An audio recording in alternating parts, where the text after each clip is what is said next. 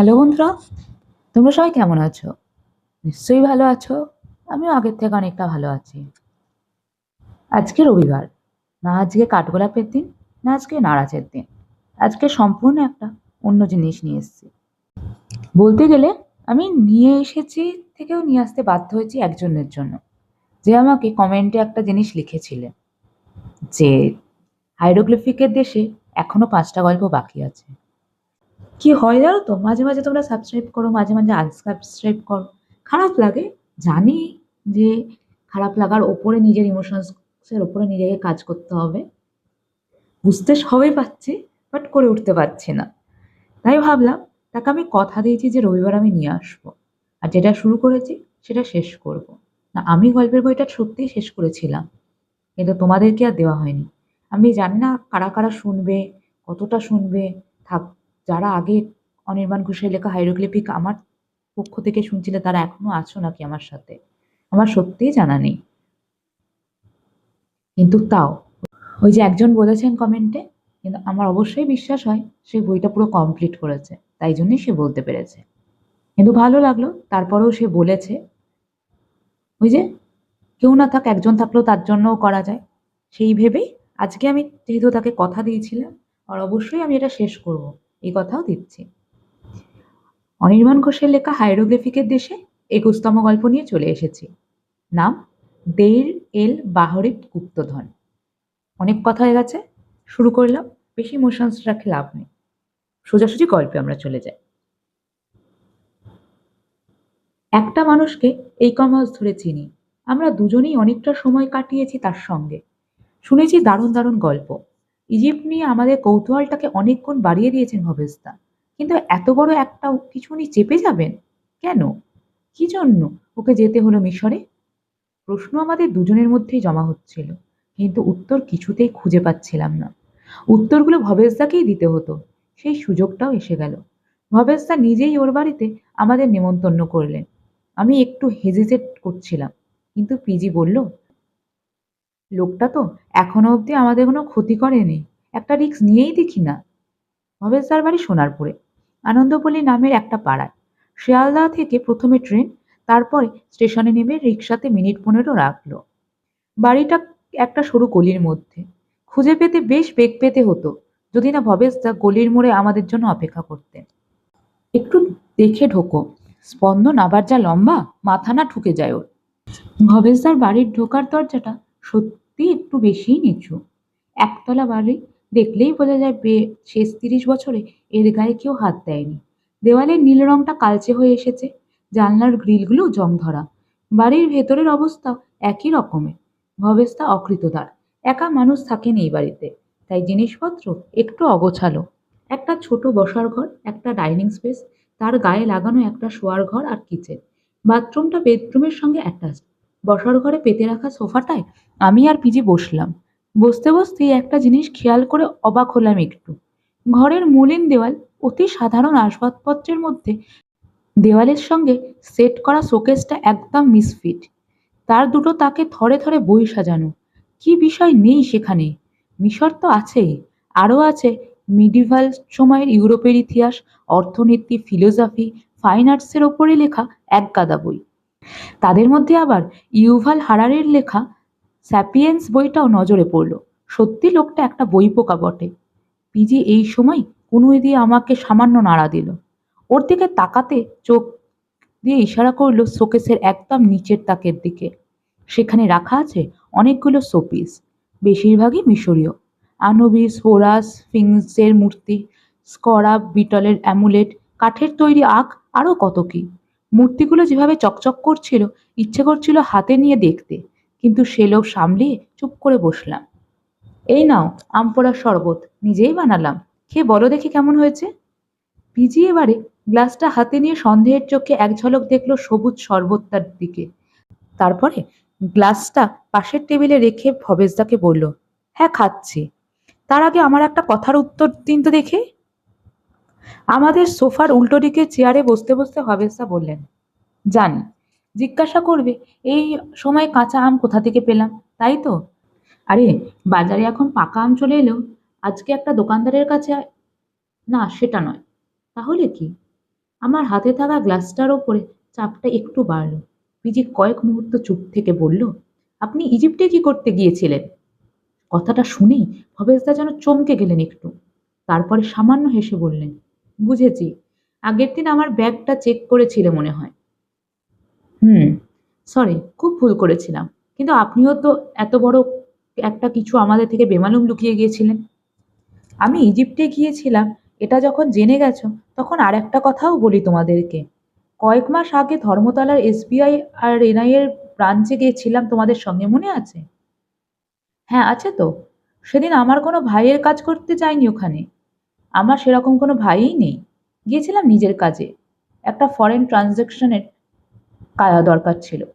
PG এবারে টক করে একবার আমার দিকে তাকালো। মুখে কিছু না বললেও চোখ দুটো তখন বলছে, দেখেছিস তো, সেদিনও আমার সন্দেহটা ঠিক ছিল। আমরা দুজনেই যখন হতবাক হয়ে বসে আছি, তখন ভবেশদা আমাদের দিকে একটু ঝুঁকে এসে বললেন, আমি জানি তোমাদের মনে এখন অনেক প্রশ্ন জমে আছে, উত্তর দিতে পারি, কিন্তু একটা কথা বলো তার আগে, তোমাদের ওপরে কি আমি আস্থা রাখতে পারি? যা বলবো তা প্লিজ নিজেদের কাছেই রেখে দিতে পারবে? ভবেশ সামন্ত কলকাতা ইউনিভার্সিটি থেকে ইতিহাসে অনার্স নিয়ে বিয়ে করে 1979-তে আর্কিওলজিতে পোস্ট গ্রাজুয়েশন করেন বেনারস হিন্দু ইউনিভার্সিটি থেকে। তারপরে বছর তিনেক আর্কিওলজিক্যাল সার্ভে অফ ইন্ডিয়াতে কাজ করে পাড়ি জমান ইজিপ্টে। সেখানে ছিলেন টানা 15 বছর। 2007 সালে পাকাপাকিভাবে ফিরে আসেন দেশে। কিন্তু দেশে ফিরে কলেজ স্ট্রিটে বইয়ের ঘুমটি দিলেন। এটা তো মিলল না। ভবেশদা এবারে স্বরটা আরো একটু নিচু করে বললেন, এত কিছু যখন বললামই, তখন আরো একটা কথা বলি তোমাদের। মিশরে থাকাকালীন আমি যা রোজগার করেছি, তাতে আমার এ জীবনে আর অর্থের অভাব হবে না। কিন্তু সেই অর্থের প্রতিফলন যদি আমি রোজকার জীবনে দেখাতাম, তাহলে আমার প্রাণ সংশয় হতো। কলকাতায় ফিরে এসে নিজেকে একটা লো প্রোফাইলে রাখতেই হতো। তাই কলেজ স্ট্রিটে বইয়ের দোকানটা নেওয়া, রোজ ঘন্টা ছয়েক ওখানে কাটিয়ে চলে আসি। কিন্তু আপনাকে কে মারতে চাইবে? তেমন লোকের অভাব নেই এই দেশে, স্পন্দন ভাই। এই শহরেও এমন অনেকে আছে। যেসব আর্টিফ্যাক্ট নিয়ে আমার কাজ ছিল, তাদের একটার মূল্য কয়েক কোটি টাকা। দেশে ফেরার পরেও সেই কাজ চলছে। তবে ইল্লিগালি আমি কিছুই করি না, এটুকু তোমাদের বলতে পারি। এদেশে অনেক প্রাইভেট কালেক্টর চেনেন আমাকে। তারাই আসেন কোনো আর্টিফ্যাক্ট জেনুইন না ফেক সেটা যাচাই করার জন্য। ওই বইয়ের দোকানের আড়ালে এটাই আমার পেশা বলতে পারো। আজকেও এমন একজনের আসার কথা আছে, বিকেলের দিকে আসবে সে। তাহলে হঠাৎ ইজিপ্ট কেন গেলেন কেন? এমনটা কি প্রায়ই চান নাকি? না ভাই, 11 বছর আগে ফিরে আসার পরে ভাবিনি আবার কখনো যেতে হবে, কিন্তু হলো তাও। কেন? সেটা আমি এখনই তোমাদেরকে বলতে পারবো না, কিন্তু এটুকুও বলতে পারি, আমার থেকে তোমাদের কোনো ক্ষতি হবে না। আমার তিন কুলে কেউ জীবিত নেই, বন্ধু বান্ধব সংখ্যাও শূন্য, কিন্তু তোমাদের সঙ্গে মিশতে মিশতে একটা ভালো লাগা তৈরি হয়ে গেছে কখন, সেখান থেকেই হয়তো বিশ্বাস জন্ম নিয়েছে। আজকে সেই বিশ্বাসের বশেই এতগুলো কথা বললাম তোমাদের। এই কথাগুলো বলতে বলতেই ভবেশ দা আবেগের বশে আমাদের দুজনের হাত ধরে ফেলেছিলেন। যে লোকটা জ্ঞানের পাহাড়, পেটুক, হেয়ালি করাতে মাস্টার, তাকে এরকমভাবে কখনো দেখবো বলে ভাবিনি। ওর কথাগুলো শুনতে শুনতে মনে হয়নি মিথ্যে বলছে বলে। আর আমি আর পিজি দুজনেই যথেষ্ট প্রাপ্তবয়স্ক। এই ভবেশ দার সিক্রেটটা নিজেদের কাছে রেখে দিতেই পারবো। ঘরের বাতাসটা একটু ভারী হয়েছিল। পিজি মনে হয় সেটাকে হালকা করার জন্যই এবারে বলে উঠল, উফ, অনেক রাজ কি বাত জানা হলো আপনার। করিতকর্মা লোক মশাই আপনি। তা আজকে বাড়িতে ডেকে এনে কি শুধুই আমপোড়া শরবত খাওয়াবেন, নাকি লাঞ্চে আরো কিছু আছে? মুরগির মাংসর ঝোল দিয়ে ভাত মাখতে মাখতে আমি ভবেশদাকে জিজ্ঞাসা করলাম, আচ্ছা, আপনিও মিশরে অত বছর ছিলেন? চোরা কারবার নিশ্চয়ই ভালোই চলে ওখানে। তা আর চলবে না? সরকার যতই কড়া নিয়ম করুক না কেন, তার ফাঁক গলে এখনো প্রতিদিন কায়রো এয়ারপোর্ট থেকে কোনো না কোনো প্লেন পেটের মধ্যে হাজার বছরের পুরনো আর্টিফ্যাক্ট নিয়ে উড়ে যাচ্ছে পৃথিবীর অন্য দেশে। আবার কখনো কোনো এই চোরাকারবারিদের জন্যই আর্কিওলজিস্টরা দারুণ দারুণ জিনিস আবিষ্কার করছেন। সেটা কি রকম? দেইর এল বাহারের গুপ্তধনের কথা শোনোনি? না তো। ব্যাস, লাঞ্চের টেবিলে উঠে এলো এক টুকরো মিশর। 1871 সালের কথা। লাক্সর শহরের প্রথম পশ্চিম দিকে দেইর এল বাহরের নামে একটা জায়গা। ছোট ছোট চুনাপাথরে পাহাড়ে ভর্তি। সেখানে দুটো ভেঙে পড়া খ্রিস্টান মনাস্ট্রি ছাড়াও ছিল ছড়িয়ে ছিটিয়ে থাকা প্রাচীন মিশরীয়দের কবর। এর পাশেই ছিল একটা গ্রাম, নাম কুরনা। জনসমক্ষে খুলনার বাসিন্দাদের পেশা ছিল চাষবাস আর মেষ পালন, কিন্তু তার তলায় তলায় চলছিল আরেকটা লুকোনো কারবার। সেটা হলো ইজিপশিয়ান আর্টিফ্যাক্ট বিক্রি করা। রাতের অন্ধকারে কবর খুঁড়ে টুকটাক মূর্তি, অ্যামুলেট, পুরনো প্যাপিরাস ইত্যাদি যা কিছু পাওয়া যেত তাই ওরা বিক্রি করত। ক্রেতা ছিল মূলত টুরিস্টরা আর কিছু দালাল, যারা আবার সেইগুলোকে বিক্রি করত ইউরোপে বা আমেরিকায়। দেইর এল বাহারের পাহাড় ও প্রাচীন মিশরীয় সমাধির গুপ্ত সুড়ঙ্গ। আহমেদ মোহাম্মদ আব্দুল রসুল থাকতো ওই গ্রামেতেই। একদিন ভোরবেলায় আহমেদ ভেড়া চড়াতে গিয়ে বেরিয়েছিল। ফেরার সময় খেয়াল করলে একটা ভেড়া কম। বেটা নির্ঘাত পাহাড়ের ওপরে উঠে বসে আছে। এরকম মাঝে মধ্যেই হয়। আহমেদ ভেড়াটার ডাক শুনে শুনে একটা ছোট টিলার ওপরে উঠল। আগে কখনো আসেনি এখানে। টিলাতে পৌঁছাতেই আহমেদ একটা গুহা দেখতে পেল। হারিয়ে যাওয়া ভেড়াটার ডাক আসছে ওখান থেকে। বেটা ওখানেই ঢুকে বসে আছে। আহমেদ গুহাতে ঢুকে ভেড়াটা নিয়ে বেরিয়ে আসতে যাবে, এমন সময় ওর নজর পড়ল গুহার একটা কোণে একটা গর্ত মতো দেখা যাচ্ছে না। কাছে গিয়ে বোঝা গেল সেটা শুধু একটা গর্তই না, একটা সুড়ঙ্গের মুখ। বুকে ভয় নিয়ে আহমেদ ঢুকে পড়ল সেই সুড়ঙ্গে। কিন্তু একটু এগোতেই পথ শেষ হয়ে গেল। যা, ব্লাইন্ড এন্ড! সেরকমই ভেবেছিল আহমেদও। কিন্তু সুড়ঙ্গ যেখানে শেষ হলো সেখানকার পাথর থেকে আহমেদের সন্দেহ হলো, যেন কিছু একটাকে বালি আর ছোট ছোট পাথর টুকরো দিয়ে ঢাকা আছে। এর আগে ছোটখাটো কবর খুঁড়ে চোরা কারবারিতে হাত পাকানোই ছিল, তাই এবারেও ওর মনে হলো এই বালি পাথরের পিছনে একটা লুকোনো সমাধি থাকতে পারে। বাড়ি ফিরে আহমেদ ওর দুই ভাইকে এই কথা বলল। সেদিনই রাতের অন্ধকারে তিনজনে মিলে বেলচা হাতে চলল সেই টিলার দিকে। পাথর সরাবার পরে ওরা একটা ছোট ঘর দেখতে পেল। সেই ঘর ফাঁকা হলেও তার উল্টো দিকের দেওয়ালে একটা দরজা ছিল। সেই দরজা খুলতেই মিলল একটা লম্বা করিডোর। করিডোরের শেষে আরেকটা ঘর। এবারে এই ঘরে ঢুকেই তিনজনের চক্ষু ছানাবড়া হয়ে গেল। ঘরের মধ্যে ঠেসে রাখা আছে 40টা মমি। একটা কবরে 40টা মমি! বলেন কি? এরকমটা তো হওয়ার কথা নয়। হওয়ার কথা নয়ই তো, কিন্তু অনেকটা বাধ্যই এদেরকে একসঙ্গে রাখা হয়েছিল। কোথা থেকে এলো বলো তো এরা? কোথা থেকে? Valley of the kings. এই সবকটা মামি কোনো না কোনো ফারাও বা তাদের আত্মীয়র ছিল। আগেই বলেছিলাম তো তোমাদের, ভ্যালি অফ দ্য কিংসে অতগুলো সমাধি থাকলেও সবকটা পাওয়া যায় ফাঁকা অবস্থায়। শুধু তুতানখামেনের মমি ওর সমাধিতে মেলে। আর দ্বিতীয় আম্মইনহোতেপের সমাধিতে পাওয়া যায় গোটা চারেক মমি। বাকি কবরের মমিগুলোর জায়গা ছিল এই দেইর এল বাহরের লুকোনো টুম্ব। কিন্তু এখানে এদেরকে আনলো কে, সে আরেক গল্প, বুঝলে। ফারাও নবম রামেসেসের মৃত্যুর সঙ্গে সঙ্গে মিশরের 20তম ডাইনেস্টি শেষ হয়। গোটা দেশ জুড়ে তখন অরাজকতা চলছে। ডাকাতেরা ততদিনে ভ্যালি অব দ্য কিংসের খোঁজ পেয়ে গেছে। লুট চলছে অবাধে। এরই মধ্যে ইজিপ্টের উত্তর আর দক্ষিণে দুজন আলাদা রাজ্য তৈরি হয়। উত্তরের ফারাও এর নাম ছিল নেস বানেবজেদ। দক্ষিণে কর্ণাকের মন্দিরে প্রধান পুরোহিতই নিজেকে ফারাও বলে ঘোষণা করে বসেন। তার নাম ছিল পিয়াক। এর ছেলে পিনেতজেম যখন ফারাও হলেন তখনই তৎপর হলেন ভ্যালি অব দ্য কিংসের ফারাওদের মমিগুলোকে বাঁচানোর জন্য। ওর নির্দেশে সব ফারাওদের ওখান থেকে তুলে এনে জড়ো করা হয় ইনহেপ নামের এক রানীর সমাধিতে। আর সেই সমাধিটাই খুঁজে পায় এই আহমেদ রসুল। তাহলে রসুল তো রাতারাতি বড়লোক হয়ে গেল। তার বলতে, দেইর এল পাহাড়ের সেই সমাধির ঘরে মমি ছাড়াও ছিল প্রচুর প্যাপিরাস আর পাথরের মূর্তি। তিন ভাই বুঝতেই পেরেছিল যে ওদের হাতে কি লটারি লেগেছে, কিন্তু অতগুলো আর্টিফ্যাক্ট একসঙ্গে বিক্রি করতে গেলে লোকের চোখে লাগবে। তাই তাদের মধ্যে কয়েকটা তুলে আনলো। সমাধির মুখটা আবার পাথর দিয়ে বুঝিয়ে সেই সুড়ঙ্গের মুখে একটা গাধাকে মেরে ফেলে রাখা হলো, যাতে গন্ধের চোটে কেউ আর জায়গাটার ধারে কাছে না আসে। বাপরে, হেবি চালাক ছিল তো। চালাক তো বটেই, তার সঙ্গে সাবধানীও। তিন ভাই মিলে শপথ নেয় যে এই গুপ্তধনের কথা আর কাউকে বলবে না। মিশরের অ্যান্টিকুইটি ডিপার্টমেন্ট তখন খুব কড়া। দেশ জুড়ে প্রচণ্ড ধরপাকড় চলছে। চোরা কারবারি দেখলেই সোজা জেলে পুরে দেওয়া হচ্ছে তাদের। তাই রসুল ভাইরাও খুব ভেবেচিন্তে ক্লায়েন্ট সিলেক্ট করতো। কাউকে দুম করে আর্টিফ্যাক্ট দেখাতেও না, তবে বিক্রি করতো বেশ চড়া দামে। সত্যি কথা বলতে কি, অত কড়াকড়ির মাঝেও খদ্দের তো অভাব ছিল না। তাই বছর দশেকের মধ্যে রসুল ভাইরা বড়লোক হয়ে ওঠে। এত বছরে ওরা কিন্তু ওই সমাধি গিয়েছিল মাত্র 3 বার, তাও শেষ রক্ষা হলো না। ধরা পড়ে গেল। হুম। সেই সময় মিশরের ডিপার্টমেন্ট অফ অ্যান্টিকুইটির হেড গ্যানস্টন ম্যাসপেরো লাক্সারের চারপাশে লুকিয়ে অ্যান্টিকের কেনাবেচার কারবারিদের ধরার চেষ্টা করছিলেন। ওকে এতে ওকে সাহায্য করছিল ওর একমাত্র আমেরিকান ছাত্র। তার নাম চার্লস উইলবার। চার্লসের মুখের মধ্যে একটা আভিজাত্যের ছাপ ছিল। সেইটাকে কাজে লাগিয়ে চার্লস একজন আমেরিকান ধনকুবেরের ছদ্মবেশে লাক্সার হোটেলে গিয়ে উঠল। ভালো খদ্দের এসেছে। আব্দুল রসুলের কাছে পৌঁছাতে বেশি দেরি হয়নি। রসুল নিজে থেকেই চার্লসের সঙ্গে যোগাযোগ করে ওকে নিয়ে এলো কুর্না গ্রামে নিজের বাড়িতে। হতদরিদ্র গ্রামের মধ্যে রসুল ভাইদের বিশাল বাড়ি দেখেই চার্লসের সন্দেহ হয়েছিল।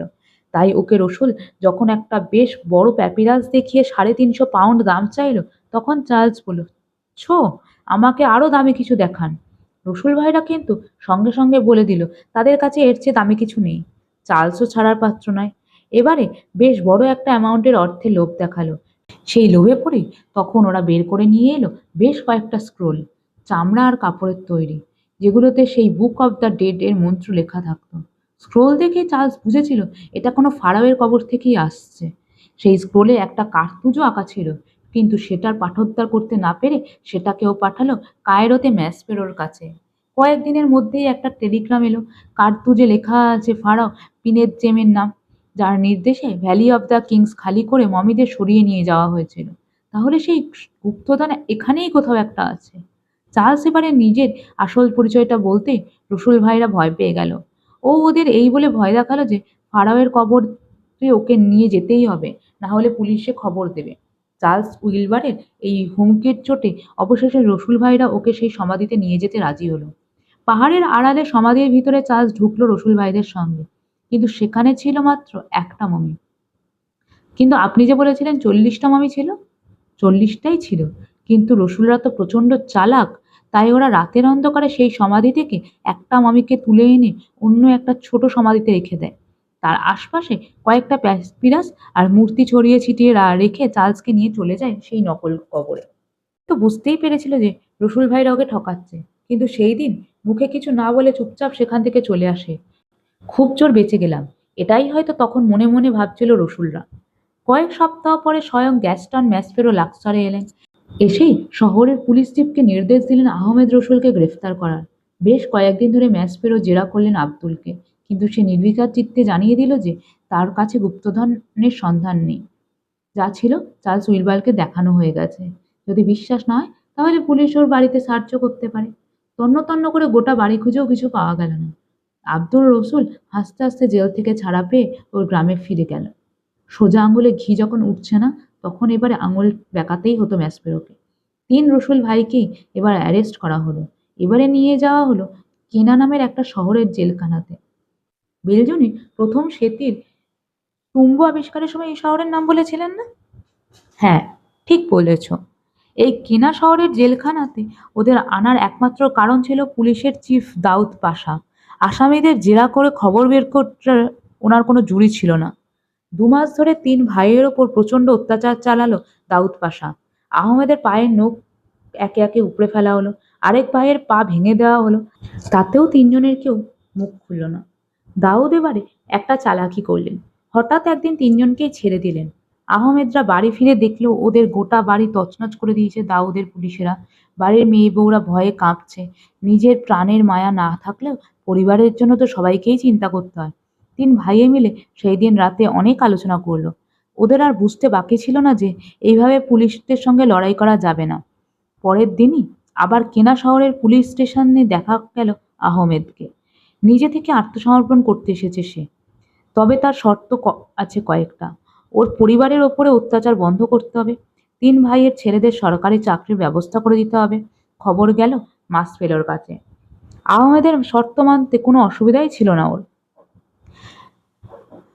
গ্যাস্টন মাসফেরো এবারে নিজে না এলেও পাঠালেন ওর আর এক অ্যাসিস্ট্যান্টকে, নাম এমিল ব্রুজ। 1881 সালে 4 জুলাই ব্রুজ রসুল ভাইদের সঙ্গে ঢুকলেন দেইর এল বাহরের সেই সমাধিতে, সঙ্গে জনা কয়েক পুলিশ। টুম্বের বাইরে তখন ভিড় করে আছে গ্রামের লোকেরা। এত বড় একটা ঐশ্বর্যকে রাতারাতি সরাতে না পারলে ব্রুজের নিজেরই বিপদ। গ্রামের লোকেরা জেনে গেছে এর ঠিকানা। এবারে একবার আর যদি আক্রমণ করে বসে, তাহলে ওই হাতে গোনা কয়েকজন পুলিশ দিয়ে ওদের ঠেকানো যাবে না। সেই দিনই কায়রোতে টেলিগ্রাম করলেন ইমরুল। বিশাল বড় একটা জাহাজ পাঠানো হলো লাক্সার বন্দরে। অন্যদিকে মোটা টাকা দিয়ে ভাড়া করে আনা হলো গ্রামেরই ৩০০ লোককে। তাদেরকে দিয়ে শুরু হলো কবর খালি করার কাজ। মরুভূমি বালির ওপরে সাপের মতো লাইন দিয়ে চলল ওরা। কাঁধে ৪০টা কফিনবন্দি মমি, প্রচুর প্যাপিরাস, আগন্তি মূর্তি আর আসবাবপত্র। ১৪ জুলাই সেই গুপ্তধন বোঝাই জাহাজ ছাড়ল লাক্সর থেকে। জাহাজ যখন নীল নদের ওপর দিয়ে যাচ্ছে তখন অদ্ভুত একটা দৃশ্য দুপাশের তীরেতে। সাধারণ মানুষের ভিড় জাহাজ দেখার জন্য। তাদের মধ্যে কেউ কেউ রাগ করে পাথর ছুঁড়ে মারছে, কেউ হতাশায় কাঁদছে, বিদেশিদের হাতে দেশের সম্পদ চলে যাওয়ার কষ্টে। এই একই হাল তো আমাদের দেশেও হয়েছিল। ইংরেজরা কত কিছু তুলে নিয়ে গেছে বলুন তো। সেটা ঠিক কথা, কিন্তু ম্যাসপেরোকে দোষও দেওয়া যায় না। ও না থাকলে রসুল ভাইরা একে একে ওই সমাধির সব ঐশ্বর্যই বিক্রি করে দিত। মমিগুলোর তো কোনো দামই ছিল না ওদের কাছে, হয়তো নষ্টই করে দিত ওদের। তাহলে মিশরের ইতিহাসের একটা কত বড় অংশ অজানা থেকে যেত, ভাবতে পারছো? একটা মজার কথা বলা হয়নি। সেই জাহাজ যখন কায়রো পোর্টে এসে পৌঁছালো তখন পোর্টের ক্লার্করা একটা দ্বন্দ্বে পড়ে গেল।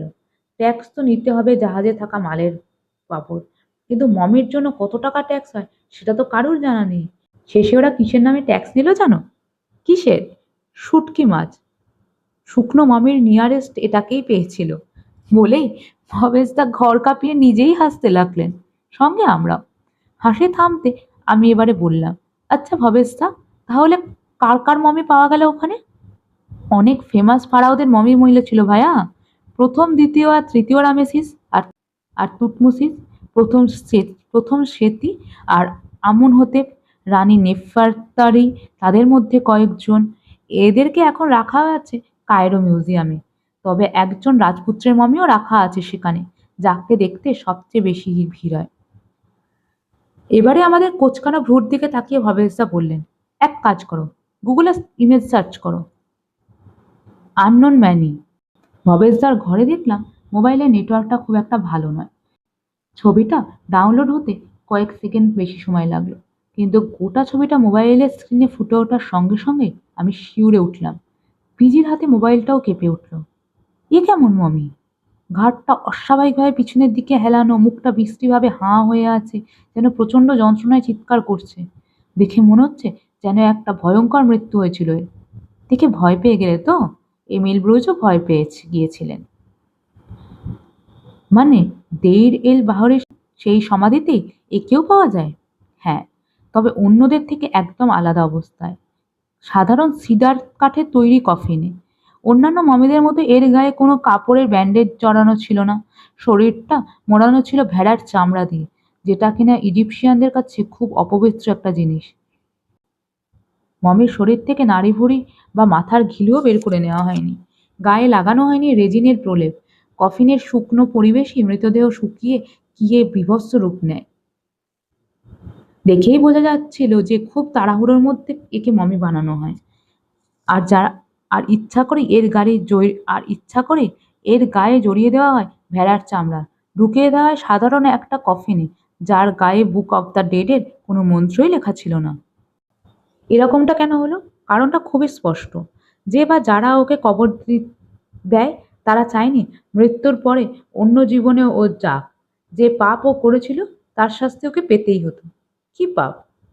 মিশরের 20th ডাইনেস্টির ফারাও ছিলেন তৃতীয় রামেসিস। ওর উপপত্নী টিয়ে ওকে খুন করার প্ল্যান করে। টিয়ের লক্ষ্য ছিল রামেসিসকে মেরে নিজের সন্তান পেন্টাওয়েরকে ফারাও বানানো। তা না হলে রামেসিসের পাটরানী ইস্তের সন্তানই ফারাও হতো। এই চক্রান্ত নেতৃত্ব দেয় রাজকুমার পেন্টাওয়ের স্বয়ং। নিজের কয়েকজন চেলাদের নিয়ে ঝাঁপিয়ে পড়েন রাজার ওপরে। পরে রাজপুত্র আর সাঙ্গপাঙ্গদের ধরে ফেলা হয়।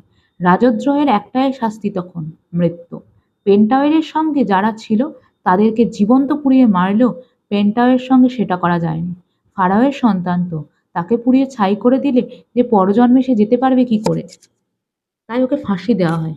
কিন্তু ওর মমিকে এমনভাবে বানানো হলো যে ওর প্রাণ তো ফিরে আসবে, তবে গায়ে সেই অপবিত্র ভেড়ার চামড়ার জন্য অন্য জীবনেও প্রবেশ করতে পারবে না।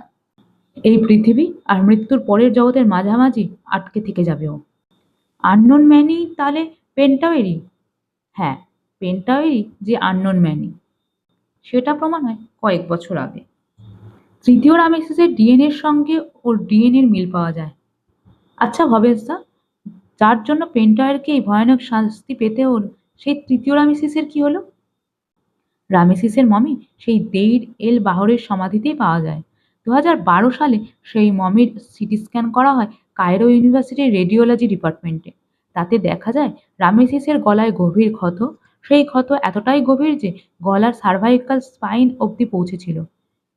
রামেসিসকে খুনই করা হয় রাজপুত্র পেন্টায়ারই সেই খুনি।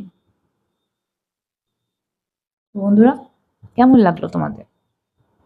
আমি জানি একটা ভিন্ন স্বাদের ভিন্ন ধরনের গল্প, ইতিহাস মিশ্রিত, তো খুব সুন্দর।